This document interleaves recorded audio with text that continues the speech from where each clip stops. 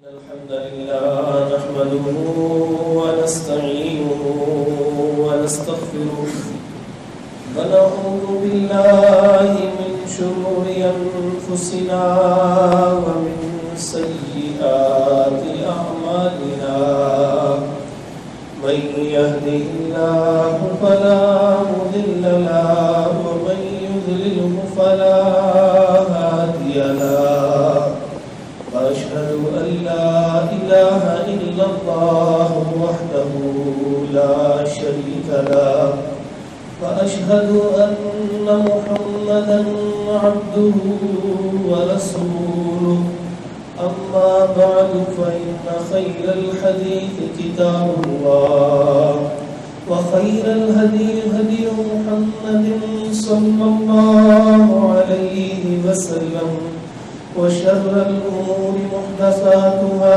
وكل محدثة بدعة وكل بدعة ضلالة وكل ضلالة في النار فأعوذ بالله من الشيطان الرجيم بسم الله الرحمن الرحيم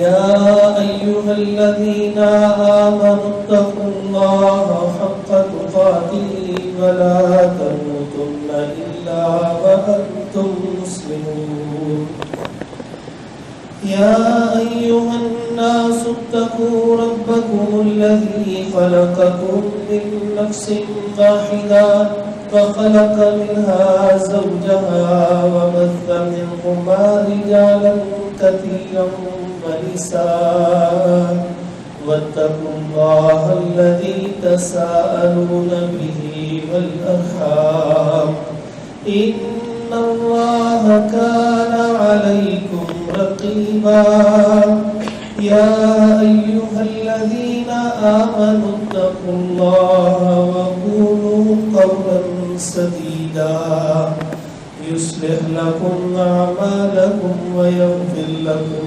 ذنوبكم ومن يطع الله ورسوله فقد فاز فوزا عظيما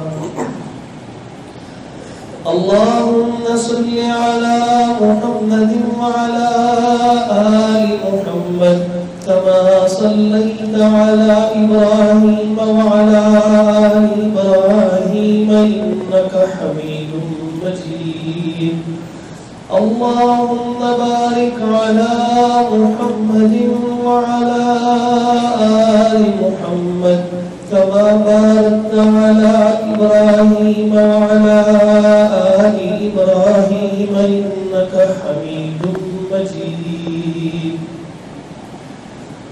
اللهم طهر قلوبنا من النفاق وأعمالنا من الرياء وألسنتنا من الكذب وأعيننا من الخيانة فإنك تعلم خائنة الأعين وما تخفي الصدور اللهم إنا نسألك علما نافعا وعملا متقبلا ورزقا طيبا واسعا سهلا حلالا عاجلا مباركا وآتنا توفيق الإنفاق مما رزقتنا وشفاء من كل داء إلى أجل مسمى رب اشرح لي صدري رب اشرح لي صدري رب اشرح لي صدري ويسر لي أمري واحلل عقدة من لساني يفقه قولي اللهم تقبل منا صالح الأعمال وتجاوز عن سيئات أعمالنا قال تبارك وتعالى في كلامه المجيد فأعوذ بالله من الشيطان الرجيم بسم الله الرحمن الرحيم إن الذين آمنوا وعملوا الصالحات إنا لا نضيع أجر من أحسن عملا. بے شک وہ لوگ کہ جنہوں نے نیک اعمال کیے اور اچھے ایمان لائے اور نیک اعمال کیے، بلا شبہ ہم ہر اس بندے کا کہ جو نیک عمل کرنے والا ہے اس کا کوئی عمل ضائع نہیں کرے گا.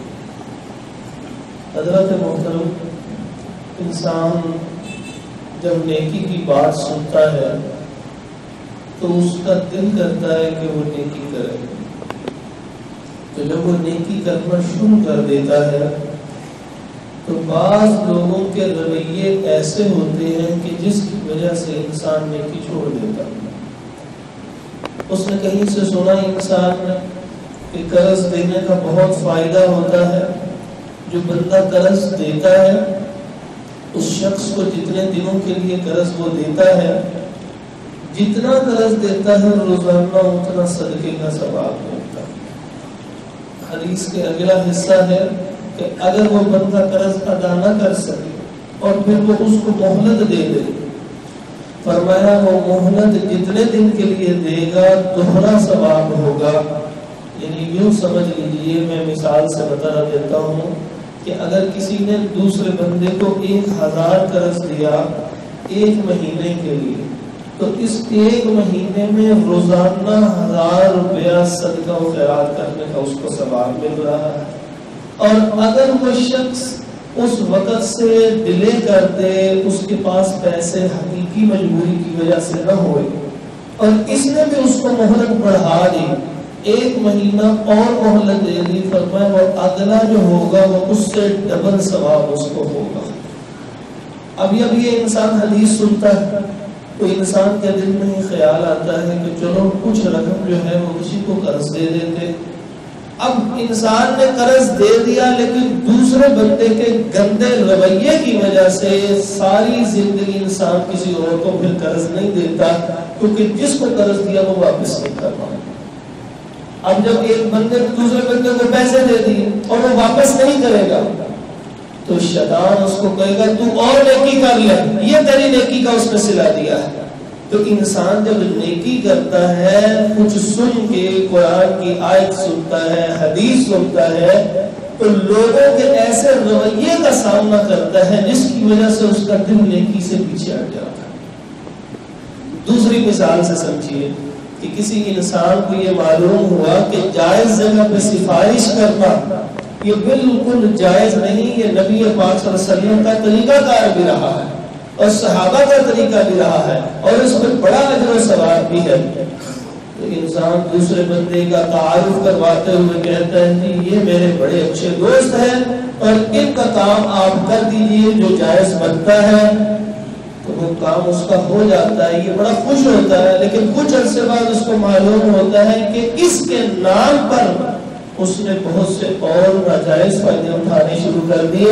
پھر انسان توبہ کر لیتا ہے، کہتا ہے میں آئندہ سے کسی کی سفارش نہیں کروں گا، جس کی سفارش کرتا ہوں وہ آگے سے اپنے کام نکلوانا شروع کر دے. یعنی انسان اپنے رویوں کی وجہ سے دوسروں کو نیکیوں سے روک رہا ہے.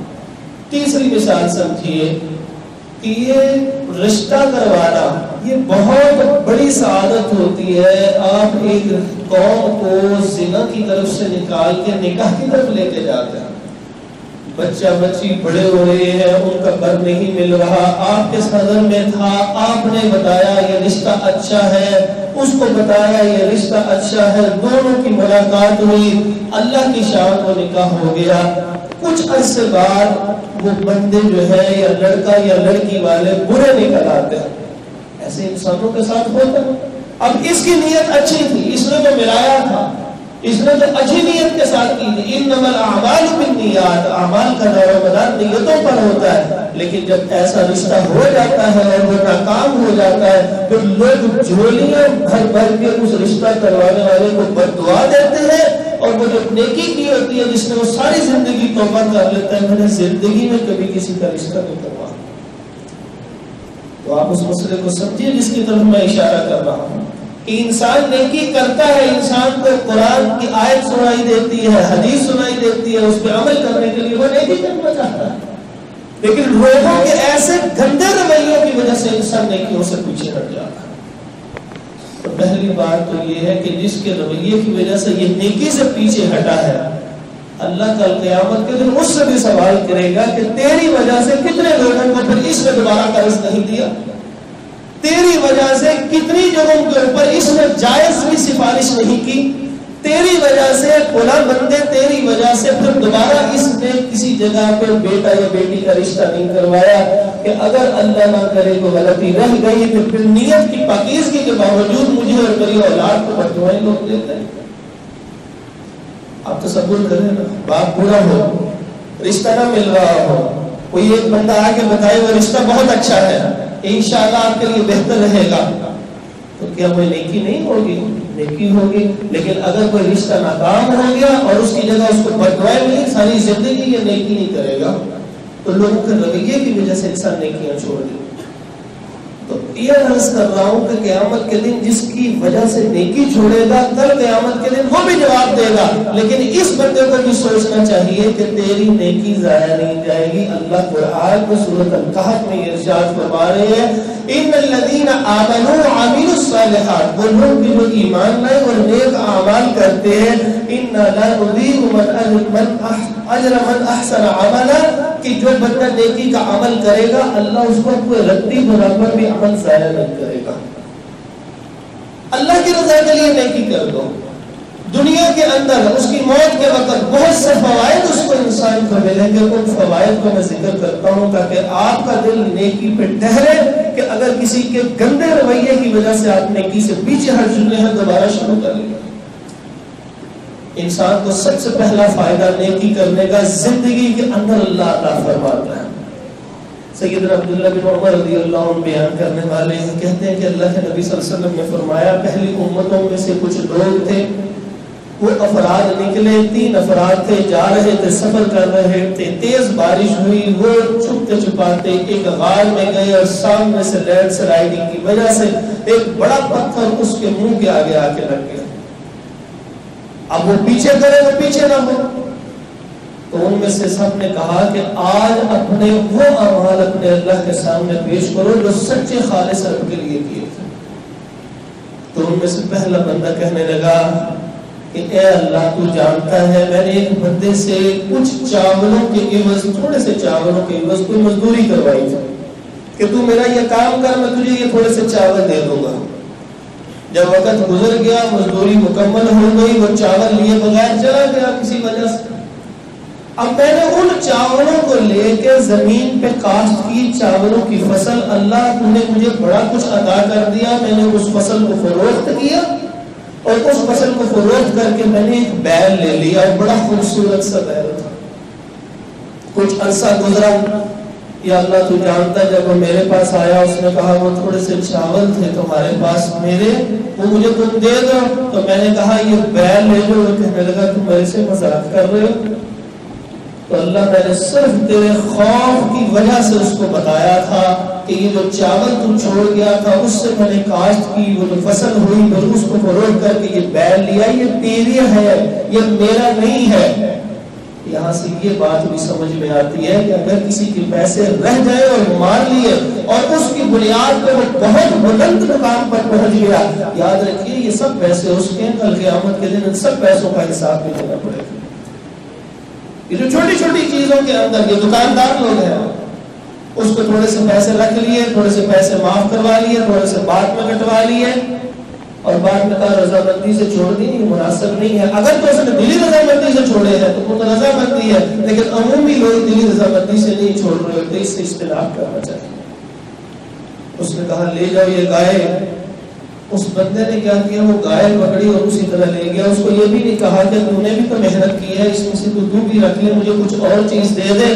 اللہ کو جانتا ہے، اسی طرح گائے لے کے چلا کہ میں نے اس کا ہاتھ نہیں روکا، صرف تیری رضا کی۔ تھوڑا سا پتھر پیچھے ہٹ گیا، دوسرا بندہ کہنے لگا اے اللہ تو جانتا ہے میرے بڑے والدین تھے اور میں جاتا تھا دور کام کرنے کے لیے، جب واپس آتا تھا تو جو دودھ ہوتا تھا وہ جانوروں کو بدل کے اپنے ماں باپ کو پہلے پیش کرتا تھا۔ میں رات کو تاخیر سے آیا، ماں باپ سو چکے تھے، بچے بھوک سے ملا رہے تھے، میں نے بچوں کو نہیں دیا کہ میرے ماں باپ کہیں ان کے لیے تھوڑا بچا یا نہ بچا تو وہ بھوکے رہ جائیں گے اور کمزور ہو جائیں گے۔ میں انتظار کرتا رہا ساری رات۔ تصور کیجیے اپنے ماں باپ سے محبت کتنی تھی، بچہ بھوک سے تڑپ رہے ہیں۔ کون انسان ایسا ہے جو اپنے ماں باپ کو اپنی اولاد کی سو کر ترجیح دے رہا ہے؟ سب لوگ اپنے اولاد کو ترجیح دیتے ہیں اپنے ماں باپ کے اوپر۔ کہنے لگا کہ اللہ میں نے تیرے خوف سے اپنے ماں باپ کی یہ قدر کی ہے، جب وہ صبح اٹھے تو پھر میں نے ان کو دودھ پیش کیا، اپنے اولاد کو نہیں پہنے دیا۔ اب ہم جیسا کوئی بندہ ہوتا ہے عام سنانے والا تو وہ اس کے اوپر کوئی فتویٰ لگا دیتا، چھوٹے چھوٹے بچے بھوک سے بلک رہے تھے تو دے دیتا، بچے اللہ ان کے لیے اور عطا کر دیتا۔ نہیں، اس کو معلوم تھا کہ یہی میرے پاس کل ہے، میں اپنے ماں باپ کی خدمت کرنا چاہتا ہوں۔ جب خدمت کی تو کیا ہوا؟ اللہ رب العزت نے عافیت کیا کی؟ جب یہ واقعہ پیش کیا اللہ کے سامنے، وہ تھوڑا سا نبی پاک صلی اللہ علیہ وسلم نے فرمایا وہ تھوڑا سا پتھر اور سلکا، دھوپ اندر آنے لگ پڑی آرام سے۔ بارش ختم ہو چکی ہے، دھوپ اندر آ رہی ہے۔ تیسرا بندہ کہنے لگا اے اللہ تو جانتا ہے وہ میرے چچا کی بیٹی تھی، میری نظر اس کے اوپر بری تھی۔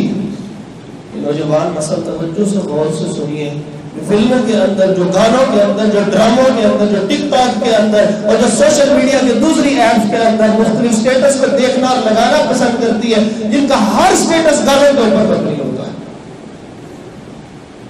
جن کی ہر چاہت قرآن کی بجائے گانوں کے اوپر مبنی ہوتی ہے، تھرکتی ناچتی عورتوں کو دیکھنا پسند کرتے ہیں۔ وہ کہنے لگا اے اللہ تو جانتا ہے کہ وہ غلام میری چچا کی بیٹی تھی، تیرے سے تو کوئی چیز مخفی نہیں ہے، دل کے ہر حال کو تو جاننے والا ہے۔ میں اس سے بدکاری کرنا چاہتا تھا، اس نے ایک شرط رکھی تھی 100 دینار لوں گی، 100 سونے کی اشرفیاں لوں گی۔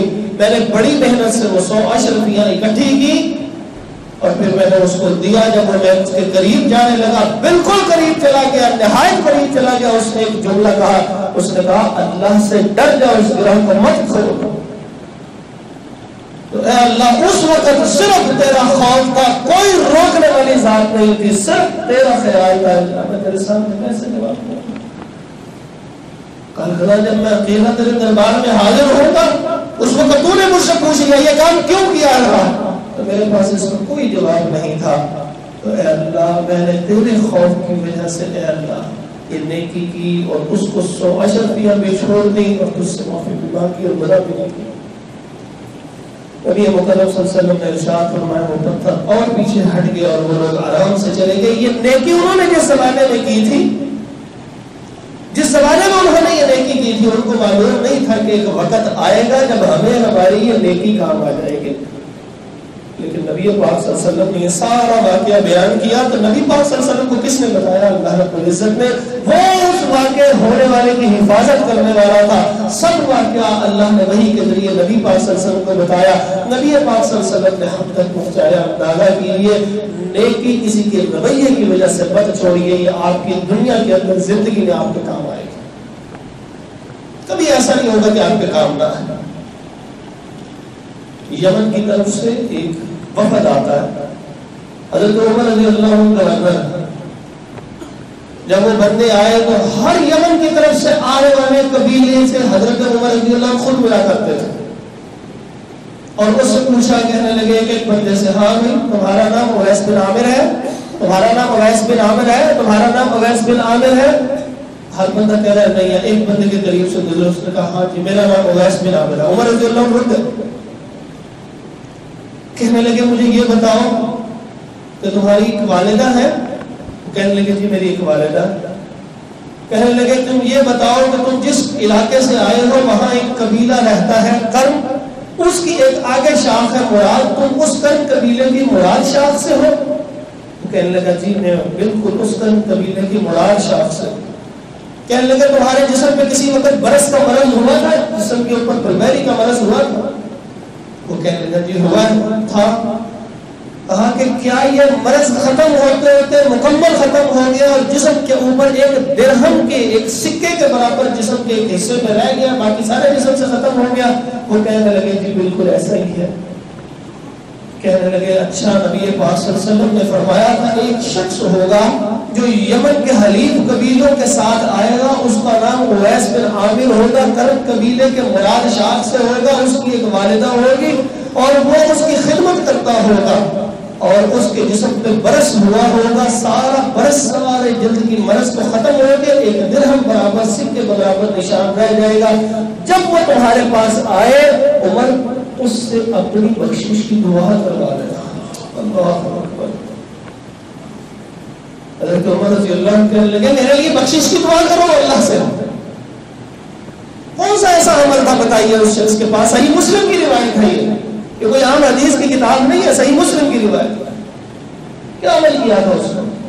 وہ نبی پاک صلی اللہ علیہ وسلم کے پاس نہیں آ سکا تھا، اس کی ماں بوڑھی تھی، اس کی ماں کو اس کی ضرورت تھی، نہ چل سکتی ہوگی، نہ بیٹھ سکتی ہوگی، نہ کھانا کھا سکتی ہوگی۔ ہم یہ چشمے تصور سے دیکھتے ہیں کتنی ضرورت ہوگی، مگر نبی پاک صلی اللہ علیہ وسلم تک نہ آ سکا بندہ، اپنی ماں کی خدمت کر رہا ہے۔ نیکی سے پیچھے مت ہٹیے۔ جب بوڑھے ہو جاتے ہیں ماں باپ، وہ تلخ ہو جاتے ہیں، تو آپ ان کی تلخی کو برداشت کیجیے۔ اگر آپ نے بھی یہ مقام پانا ہے ویسے کرنی رحمہ اللہ کہ جن کو حضرت عمر رضی اللہ عنہ کو کہا جا رہا ہے کہ بندہ ایک آئے گا، تو نے اس سے دعا کروانی ہے۔ کام کیا کیا ہے؟ ماں کی خدمت کرتے ہیں۔ نیکی ضائع نہیں جاتی، نیکی ضائع نہیں جاتی۔ کسی کے برے رویے کی وجہ سے نیکی کرنا نہ چھوڑیے۔ آپ کی زندگی میں آپ کی نیکی کام آئے گی۔ یہ دیکھیے زندگی میں کام آئے، اور اگر وہ زندگی میں کام نہ آ سکے تو یاد رکھیے پھر موت کے لمحات میں وہ آپ کی نیکی آپ کے سامنے آ جائے گی۔ یہ پکی بات ہے، موت کے لمحات میں آپ کے سامنے آئے گی۔ ایک بہت بڑے عالم دین امام بخاری رحمۃ اللہ تعالیٰ علیہ کے زمانے کے تھے، ان کا نام تھا ابو زرع رازی، اور ان کے ایک کزن تھے وہ بھی بہت بڑے عالم دین تھے، ابو حاتم رازی رحمۃ اللہ تعالیٰ علیہ۔ تو ابو زرع رازی رحمۃ اللہ تعالیٰ علیہ یہ اتنے بڑے عالم تھے، امام بخاری نے جن کی جلالت اور آپ کی شان سے واقف ہیں، ان کے علم سے واقف ہے، انہوں نے ایک کتاب لکھی تاریخ الکبیر کے نام سے، کہ جس کی غلطیاں امام ابو زرع رازی رحمۃ اللہ تعالیٰ علیہ نے نکالی تھی۔ آپ اندازہ لیں کتنے بڑے عالم ہیں، ساری زندگی حدیث پڑھتے رہے، ساری زندگی۔ حدثنا فلان و فلان و فلان قال قال رسول اللہ صلی اللہ علیہ وسلم، ساری زندگی حدیث کے اندر، ساری زندگی نیکی کے اندر گزار دی۔ جب موت کا وقت آیا تو آخری لمحات ہے، نزع کی کیفیت تاریخ ہو رہی ہے، قریب دو محدث بڑے عظیم کھڑے ہیں، ایک ابو حاتم رازی رحمۃ اللہ علیہ اور ایک محمد بن مسلمہ رحمۃ اللہ تعالیٰ۔ اب دونوں ایک دوسرے سے کہہ رہے ہیں کہ اتنا بڑا عالم ہے، ہمیں حیا اور شرم آتی ہے کہ اس کو لا الہ الا اللہ کی تلقین کرے۔ حالانکہ نبی پاک صلی اللہ علیہ وسلم نے فرمایا لقینوا موتاکم لا الہ الا اللہ۔ اپنے موت کی طرف جانے والے افراد کو، موت کے منہ کے اندر جانے والے افراد کو لا الہ الا اللہ کی تلقین کر دیا کرو۔ اب وہ اتنے بڑے عالم تھے کہ جن کی حیا کی وجہ سے یہ دونوں بڑے علماء، دونوں بڑے محدث ان کو کچھ کہہ نہیں سک رہے۔ اب ایک دوسرے سے کہتے ہیں ہم کیا کہیں ان کو؟ ان میں سے ایک نے کہا کہ اس طرح کرتے ہیں، ابو حاتم رازی رحمۃ اللہ تعالیٰ علیہ وہ کہنے لگے اس طرح کرتے ہیں، وہ ایک حدیث ہے جس کے اندر آتا ہے من آخر کلامی لا الہ الا اللہ دخل الجنہ، کہ جس کی زبان کے آخری لفظ لا الہ الا اللہ ہوئے وہ جنت میں داخل ہو کے رہے گا۔ ہم وہ حدیث ان کو سناتے ہیں، شاید یہ لفظ مختصری وہ پڑھ لیں۔ اب وہ جب پڑھنے لگے تو ان میں سے ایک جو محمد بن مسلمہ تھا، انہوں نے کہا میں پڑھتا ہوں۔ اس وقت صرف حدیث کے لفظ نہیں پڑھا کرتے تھے، وہ سند پوری پڑھتے تھے۔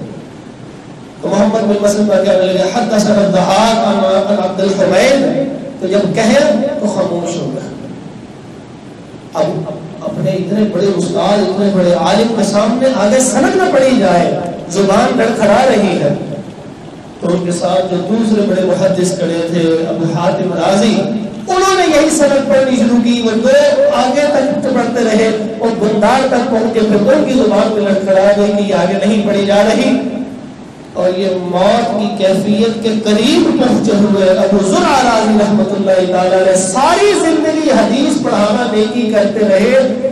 موت کے آخری لمحات میں جب حدیث کی سند مکمل یہ دونوں نہ پڑھ سکے تو ان کی زبان سے جاری ہو گیا حدثنا فلان عن فلان قال حدثنا فلان عن فلان قال قال رسول اللہ صلی اللہ علیہ وسلم. یہ پڑھتے چاہ رہے ہیں کہنے لگے من آخر کلامی لا الہ الا اللہ خرجت منہ. جب انہوں نے کہا لا الہ الا اللہ, جب اللہ کی ہاں میں پہنچے, آگے دخل الجنہ کے لفظ نہیں پڑے, خرجت روح, ان کی روح پرواز کر.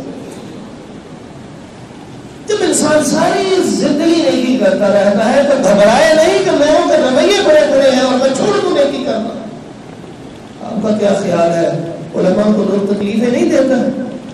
آج کے زمانے میں بھی دیتے ہیں, اس زمانے کے اندر بھی دیا کرتے تھے. امام احمد بن حنبل رحمۃ اللہ تعالیٰ علیہ کے اوپر ہونے والی تکالیف کو کیا بھول چکے؟ 32 کوڑے مارے گئے تھے. فرماتے ہیں اگر ایک کوڑا ہاتھی کو وہ لگتا نا جس تیزی سے وہ مارتے تھے سختی سے, تو وہ ہاتھی وہاں نیچے گر جاتا. میں صرف اور صرف کھڑا رہا کہ میں اگر آج گر گیا اور میں نے ان کی بات مان لی تو قیامت تک یہ مسئلہ اس سب کے اندر غلط مشہور ہو جائے گا کہ قرآن مجید مخلوق ہے, حالانکہ قرآن اللہ کا کلام ہے. وہ ایک مسئلے کے لیے اتنی شدت سے ان مظالم کو برداشت کرتے رہے, اور یہی کیفیت ہے. زبان کے نشتر زیادہ تیز ہوتے ہیں ہاتھ کے نشتروں سے. ہاتھ کے زخم منتقل ہو جاتے ہیں, بڑے بڑے آپریشن ہوتے ہیں, سب جسم ٹھیک ہو جاتا ہے دوبارہ. زبان کے زخم ٹھیک نہیں ہوتے. آپ پوچھ کے دیکھیے, واللہ میں یہاں پر پوری ایمانداری سے کہہ رہا ہوں, آپ علماء اور مسجد کے ائمہ اور فتوا سے پوچھ کے دیکھیے, چند ایک کو نکال کے ان کی زندگی میں کیسے کیسے تلخ جملے لوگ آ کے بولتے ہیں, کیسے کیسے تلخ جملے بولتے ہیں. انسان اپنی اولاد سے نہیں سنتا, اپنے ماں باپ کو اگر کوئی ایسا جملہ بولے تو انسان پریشان ہو جاتا ہے. لیکن یہ اللہ کا دین ہے. نبی مکرم صلی اللہ علیہ وسلم, ہم نے شاید غلط بات کی ہو, نبی پاک صلی اللہ علیہ وسلم نے کیا غلط بات کی کبھی زندگی میں؟ اللہ کی قسم کوئی غلط بات نہیں کی, لیکن طائف پر پتھر پڑے تھے. اللہ کی قسم کوئی غلط بات نہیں کی, لیکن ان کے اتنے دشمن موجود تھے. یہ الگ بات ہے. ان نشانیت الابتر, اللہ نے ان کے دشمنوں کو بے نام و نشان کر دیا, ان کی نسلوں کا کسی کو نہیں پتا. اور بلال حبشی رضی اللہ عنہ کو سب جانتے ہیں, لیکن تکلیفیں پہنچی ہیں. ابو زرعہ راضی رحمۃ اللہ تعالیٰ علیہ کو بھی زندگی میں کتنی ہی تکلیفیں پہنچی ہوں گی, لیکن نیکی سے پیچھے نہیں ہٹے. حدیث پڑھتے رہے, حدیث پڑھاتے رہے. جب موت کا وقت آیا, اللہ فرما رہے ہیں کہ ہم اس بندے کے عمل کو ضائع نہیں کریں گے کہ جو نیک عمل کرنے والا ہوگا. اس لیے نیکی کو کسی کی وجہ سے مت چھوڑیے. ایک والدین گزرے, بہت نیک تھے. قرآن مجید کے واقعات آپ کو سنا رہا ہوں, سورۃ الکہف میں آتا ہے. اب جس وقت وہ والدین کے ایک واقعہ اور موت کے وقت کا آپ کو قرآن سے سنا دیتا ہوں. فرمایا کہ ایک قوم تھی, اس قوم کے اندر جب ایک نبی ان کو سمجھانے کے لیے گیا تو قوم نے انکار کر دیا. بڑی بدبختی اور بدتمیزی سے بلایا کرتے تھے نبیوں کو, اور حتیٰ کہ اللہ قرآن میں فرماتا ہے یقتلون الانبیاء, کئی نبیوں کو شہید کر دیا کرتے تھے. اور بعض کتابوں میں لکھا ہوا ہے کوئی سبزی بیچ رہا ہے, کوئی پھل بیچ رہا ہے, کوئی دکان لگائی, کسی نے آ کے نبی نے کہا اور پورا تول لیا کرو اور صحیح کام کیا کرو. اسی چھری سے پکڑ کے اس کی گردن کو شہید کر کے اور اس کو شہید کر دیا, اور پھر اسی طرح کام کرنے لگ پڑا جیسے کچھ ہوا ہی نہیں. ایسے نبیوں کو شہید کیا جاتا. دوسرا نبی آیا, ساتھ سمجھایا. ایک ایک وقت میں ایک سے زیادہ انبیاء بھی آیا کرتے تھے, وہ نہیں بات مانتا. اللہ تعالیٰ فرماتے ہیں فَعَزَّزْنَاهُ بِثَالِثٍ, ہم نے تیسرے نبی کے ذریعے ان کو تقویت دی. ان تینوں کی بات نہیں سمجھ رہے. پھر کہنے لگے اِنَّا تَطَيَّرْنَا بِكُمْ, آپ لوگوں کی نعوذ باللہ من ذالک, آپ لوگوں کی نحوست نہیں. نبیوں کو کہہ رہے ہیں ایسے بدبختی کے جملے, اس کی وجہ سے ہمارے اوپر آپ کی نحوست پڑی ہوئی ہے. نعوذ باللہ, ہمیں کاروبار آپ نہیں کرنے دیتے, ہمیں کوئی اچھا کام, ہمیں کچھ کمانے نہیں دیتے دنیا کو. اللہ تعالیٰ فرماتے ہیں وَجَاءَ مِنْ أَقْصَى الْمَدِينَةِ رَجُلٌ يَسْعَىٰ, تیزی سے بھاگتا ہوا ایک بندہ آ رہا ہے. اب یہ سوچ لیجیے, تفسیر میں اس کا نام حبیب لکھا ہوا ہے. یہ حبیب نامی آدمی جو تیزی سے بھاگتا ہوا آ رہا ہے, چند لمحے بعد اللہ کی تقدیر میں لکھا ہوا ہے کہ اس کی موت آ رہی ہے، چند لمحے رہ گئے. نہ جانے زندگی میں اس نے کون کون سے نیک اعمال کیے کہ سارے کام چھڑوا کے وہ ایسے بچانی سے بھاگتا ہوا اپنی قوم کے پاس آ کے کہنے لگا اتبعوا، اور بات مان لو ان لوگوں کی جو تجھ سے کچھ بھی سوال نہیں کرتے، ان کی نبیوں کی بات مان لو. انہوں نے کہا ان کو تو بعد میں دیکھتے ہیں، تجھے پہلے دیکھتے ہیں. اور اس کو انہوں نے شہید کر دیا. جس وقت موت کے سانسیں لے رہے تھے تو کہنے لگے یا لیت قومی یعلمون، اے میری قوم، اے کاش میری قوم یہ جان لیتی بما غفر لی ربی، کہ اللہ رب العزت نے مجھے معاف کر دیا. موت کے وقت ساری زندگی کی نیکیاں، موت کے وقت اللہ نے وہ چیز لے کے آئے کہ جب موت کا وقت آئے گا تو اس کی موت اس حالت میں ہو کہ جو بہترین حالت ہو. تو ساری زندگی انسان نیکیاں کرتے رہے، مت چھوڑیے نیکیوں کو. قرآن مجید کا بہت سے نسخے یہاں پہ آپ کو ملیں گے پڑے ہوئے. جب ہم آتے ہیں حج یا عمرے سے تو وہاں پر قرآن مجید کچھ ملتا ہے وہاں سے. ایک ہے ترجمہ تفسیر والا، وہ صاحب بھی فوت ہو گئے، اللہ ان کے اوپر بھی کروڑوں رحمت نازل فرمائے. حافظ صلاح الدین یوسف صاحب چند دن پہلے فوت ہوئے. اور ایک وہ ہے کہ جنہوں نے قرآن مجید لکھا تھا اور اتنا خوبصورت لکھا تھا. آپ کے اس گجرانوالہ شہر کے ساتھ گاؤں ہے کیلیا والا، وہاں کے رہائشی تھے وہ بزرگ عبد الرحمن ان کا نام تھا. اس کیلیا والے کی نسبت سے کیلانی کہلاتے تھے. وہاں پہ اپنا خط بھیجا، بہت خوبصورت لکھتے تھے. وہاں پہ انہوں نے بلایا، 15 پارے حرم میں بیٹھ کے لکھے اور 15 پارے روضہ رسول صلی اللہ علیہ وسلم کے ساتھ بیٹھ کے لکھے. اور پوری دنیا میں وہ قرآن جانتا ہے، پوری دنیا میں قرآن جانتا ہے. ساری زندگی نیکی کے اندر گزر گئی. تو میں عرض کر رہا ہوں زندگی کے اندر بھی وہ نیکی کام آتی ہے، لیکن موت کے وقت بھی وہ نیکی کام آتی ہے. اللہ بھولتا نہیں ہے. عشاء کی نماز پڑھا رہے تھے لاہور کے اندر، جب سجدے کی حالت میں گئے اور اس سجدے کی حالت کے اندر ہی موت آ گئی. اللہ اکبر. وہ بھی کسی کے کہنے کی وجہ سے اگر یہ نیکیاں چھوڑ دیتے تو شاید موت کا وقت تو وہی تھا لیکن انداز بدل جاتا. نیکی مت چھوڑیے کہ اللہ رب العزت اس نیکی کی وجہ سے آپ کی زندگی اور موت دونوں کے اندر آپ کو فائدہ دے گا. انشاءاللہ آئندہ خطبہ میں کچھ ایسی اور باتیں عرض کروں گا. اقول قولی ھذا استغفر اللہ لی ولکم ولجمیع المسلمین.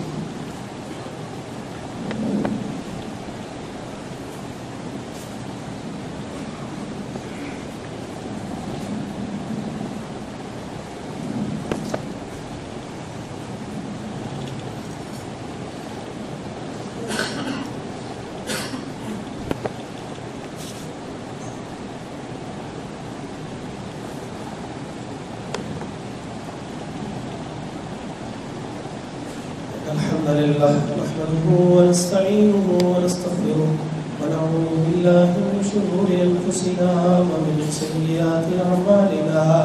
من يهده الله فلا مضل له ومن يضلل فلا هادي له. وأشهد أن لا إله إلا الله وحده لا شريك له وأشهد أن محمدا عبده ورسوله. أما بعد فإن خير الحديث كتاب الله وخير الهدي هدي محمد صلى الله عليه وسلم وشر الأمور محدثاتها وكل محدثة بدعة وكل بدعة ضلالة وكل ضلالة في النار. فأعوذ بالله من الشيطان الرجيم. بسم الله الرحمن الرحيم. يا أيها الذين آمنوا اتقوا الله حق تقاته ولا تموتن إلا وأنتم مسلمون. يا أيها الناس اتقوا ربكم الذي خلقكم من نفس واحدة وخلق منها زوجها وبث منهما رجالا كثيرا ونساء واتقوا الله الذي تساءلون به والأرحام إن الله كان عليكم رقيبا. يا أيها الذين آمنوا اتقوا الله وقولوا قولا سديدا يصلح لكم أعمالكم ويغفر لكم ذنوبكم ومن يطع الله ورسوله فقد فاز فوزا عظيما. حضرات محترم، یہ میرے اور آپ کی موت تک ہی آپ کی اور میری نیکیاں کام نہیں آئیں گی. ہمارے جانے کے بعد ہمیں بڑی فکر ہوتی ہے کہ میرے جانے کے بعد میری اولاد کا کیا بنے گا. اگر اولاد بڑی ہو جائے، کاروبار میں چلی جائے اور بچیوں کی شادی ہو جائے تو پھر فکر کم ہو جاتی ہے. لیکن اگر اولاد بالکل چھوٹی چھوٹی سی ہو، گود کے بچے ہوں، تھوڑا تھوڑا چلنا جانتے ہوں، بالغ بھی نہ ہوئے ہوں، اپنے اچھے برے کا خیال بھی نہ کر سکتے ہوں، آپ بتائیے انسان کے اوپر کیا بیتے گی. اور انسان کو نظر آ جائے کہ میں اس حالت میں ہوں کہ اب وہ بیماری ہے کہ شاید چند دن کا مہمان ہے. لیکن جو انسان نیکی میں زندگی گزارتا ہے، اللہ تعالیٰ اس کے ان بچوں کا رکھوالا بن جاتا ہے. قرآن مجید سورۃ الکہف میں آتا ہے کہ جس وقت موسیٰ علیہ السلام خضر علیہ السلام کے ساتھ نکلے نا، تو 3 کام انہوں نے کیے خضر علیہ السلام. ان میں سے تیسرا کام یہ کیا کہ جب وہ ایک بستی کے قریب سے گزرے تو انہوں نے وہاں پر کچھ طلب کیا کہ جس کو کہتے ہیں حق استضافہ، یعنی مہمان کا حق. کہ جب کوئی مہمان آئے کسی جگہ سے، یہ اس کا حق بنتا ہے، اس علاقے والوں پہ فرض ہے، پورا علاقہ گناہگار ہے اگر ان بندوں کو کہیں سے بھی کچھ کھانا نہ ملے. اتنی لازم چیز ہے. اور نبی پاک صلی اللہ علیہ وسلم کی حدیث بھی ہے کہ من کان یؤمن باللہ والیوم الآخر فلیکرم ضیفہ. جو اللہ اور آخرت کے دن پر ایمان لاتا ہے نا تو اپنے مہمان کی عزت کرے. تو انہوں نے کچھ بھی نہیں دیا، بڑے عجیب و غریب بستی والے تھے. یہ نہیں سمجھے کہ ظلم میں ڈوبی بستی تھی کہ جن کو اتنا بھی احساس نہیں. مکہ والے جتنے بھی بڑے تھے لیکن وہ مہمان نواز تھے. وہی نسلیں آج تک چلتی آ رہی ہے مہمان نوازی. آپ ان کی آج بھی دیکھ سکتے ہیں کیسے مہمان نوازی. جب وہ وہاں سے نکلے تو انہوں نے ایک دیوار دیکھی، یرید ان ينقض فاقامه. وہ دیوار بالکل تقریباً خستہ حال تھی، ٹوٹی ہوئی تھی، گرنے کے قریب تھی. تو خضر علیہ السلام نے اس ساری دیوار کو توڑ کر دوبارہ نئی سرے سے بہترین کر کے بنا دیا. تو موسیٰ علیہ السلام کہنے لگے لو شئت لاتخذت علیہ اجرا. اگر آپ چاہتے تو اس کے اوپر سے پیسہ لے لیتے. آپ نے کیوں نیکی کی ان کے ساتھ؟ انہوں نے تو مہمان نوازی کا حق نہیں ادا کیا، نیکی کیوں کی؟ اس وقت تیسری مرتبہ کے بعد انہوں نے فرمایا تھا ھذا فراق بینی و بینک سأنبئک بتأویل ما لم تستطع علیہ صبرا.